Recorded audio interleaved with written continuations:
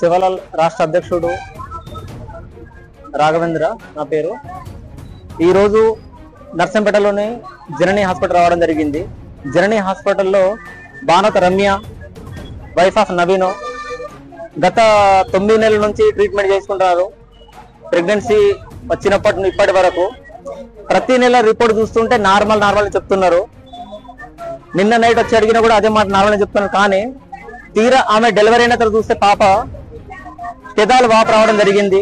దానితోనే పాప అసలు పాలు తాగడం కూడా తాగలేని పరిస్థితిలో ఉంది. ఇది ఎందుకు వచ్చిందని మేము అడిగితే మేము ప్రతి ఒక్క టెస్ట్ చేసినా అది నార్మల్ ఉందని చెప్తున్నారు.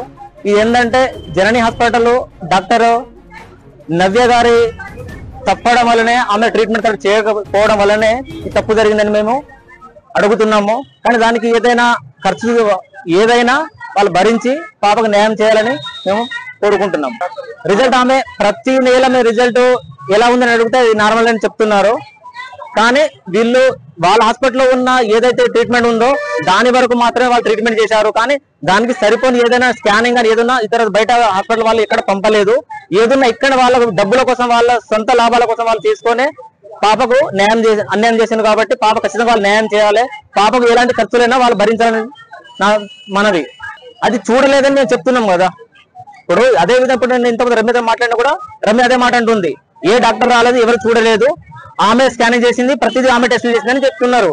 కాబట్టి ఆమెకు ఎలాంటి ప్రాణహాని జరిగినా ప్రతిదీ ఆమె బాధ్యత వహించాలని మా నుంచి డిమాండ్ చేస్తున్నాం.